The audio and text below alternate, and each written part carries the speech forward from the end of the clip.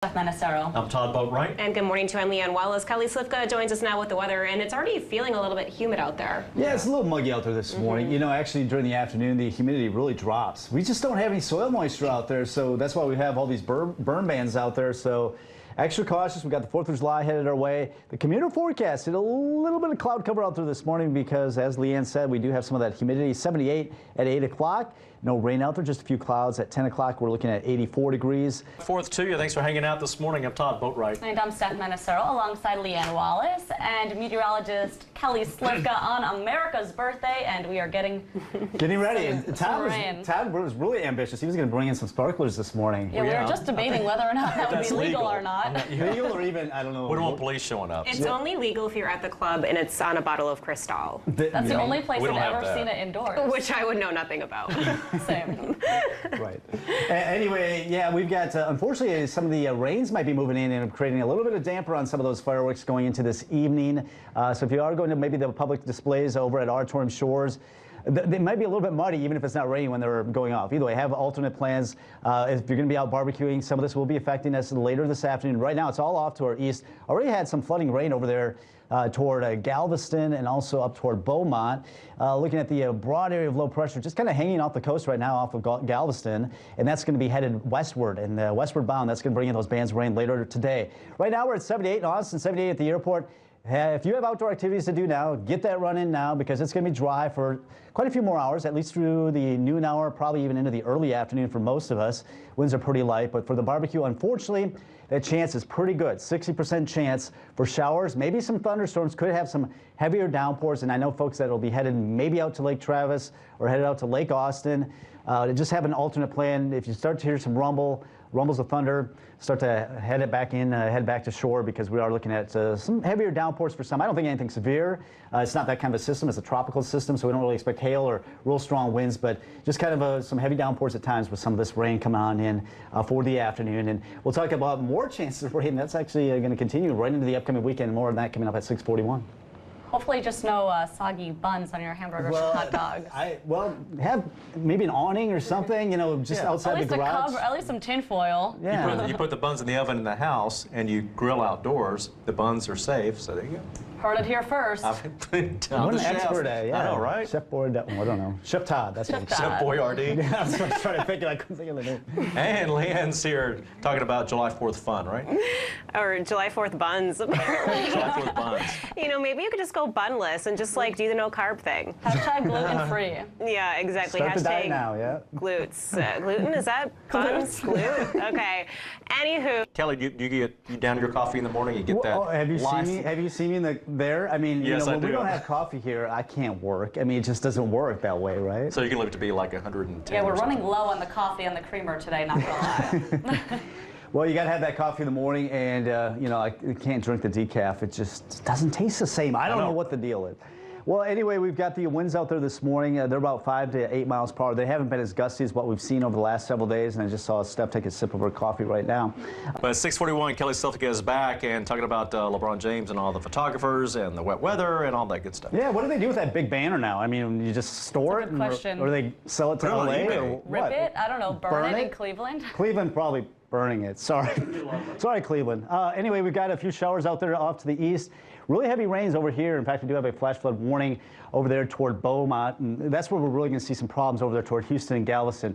For us, just some clouds out there this morning. If you do have to get outside to mow the lawn or do some outdoor activity, maybe do a little gardening, this is the time to do it, at least up until noon. We should be dry generally area-wide, but after that, no guarantees. Right now we have a wind out of the south, about 3 to 5 miles per hour, not too gusty. Temperatures right now, 78 in Austin at the airport, also maybe 74 in Florence. We're at 78 in Smithville and San Marcos 76. A little bit humid out there this morning. Rain chance is pretty slim through the noon hour, but as we get into 2 to 3 o'clock, I think this is when we're going to start to see some of the bands of rains and maybe even some embedded storms, maybe some heavy downpours coming in toward the evening hours. And we'll look at temperatures climbing into low 90s before the rain gets in here. but then we'll get the rain cool there. So we'll drop our temperatures quite a bit. We hit 103 yesterday. We broke a record. Now we've had 14 days above 100. Looking at calm conditions this morning, and the winds will be out of the east, generally less than 10 miles per hour as this area of low pressure tracks on. Well, I would think Lake Travis would be just jam-packed today.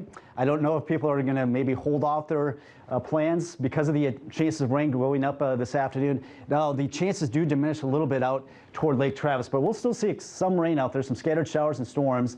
East winds at 6 to 12.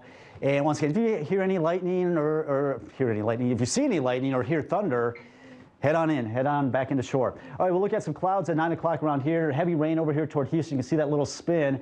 Really trying to move westward, but it's kind of a slow process.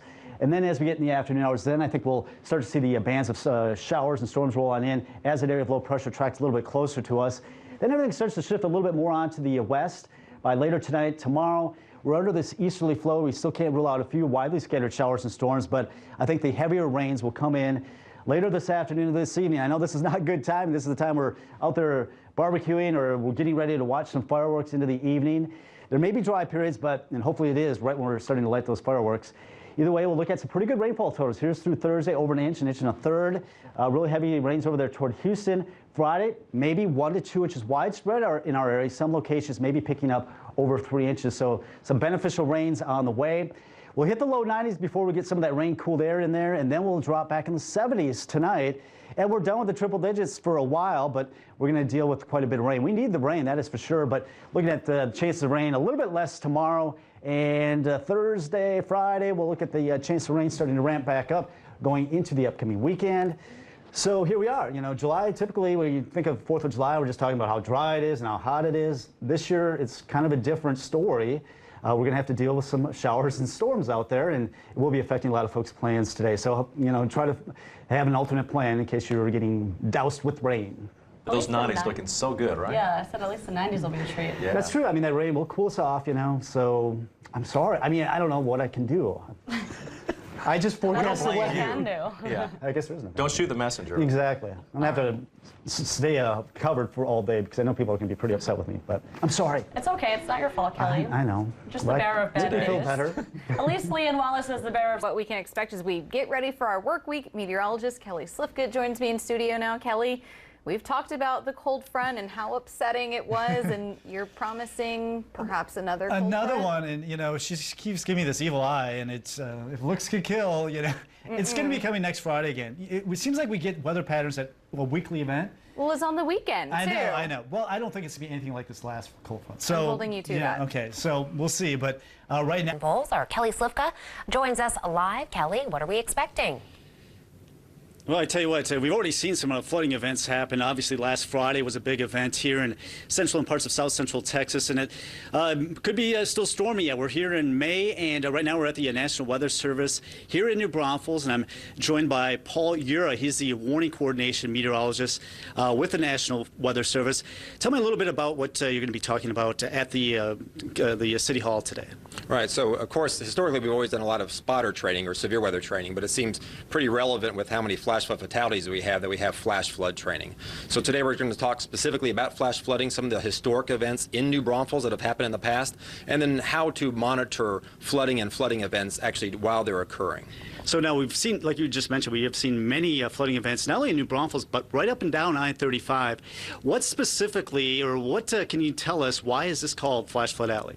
Well, specifically, the escarpment that we have, the hill country, right along the edge of I-35, when the Gulf of Mexico moisture comes in, is really efficient producing thunderstorms right along that escarpment. Plus, of course, the population, the boom in population that we've had over this last several years, and then also all these creeks and streams and rivers that flow through that, all have a kind of a perfect storm for actually getting flash flooding. Have you noticed an uptick in flash flood warnings over the last few years due to what we've seen with the population increase? Well, and particularly when you look at how many flash flood warnings we issue and where we issue them, a lot of them are actually right along the I-35 corridor, and that makes sense just because the urbanization actually causes and increases that amount of runoff that we get with flash flooding. All right, thanks. This is Paul Ura. He's with the National Weather Service here in New Braunfels, and he's going to be having this meeting at New Braunfels at the City Hall tonight between 6 and 8. Of course, they're going to have some more of these meetings upcoming as we're headed into the severe weather season and also the flash flood season. Meteorologist Kelly Slifka here at the National Weather Service in New Braunfels. Now back to you.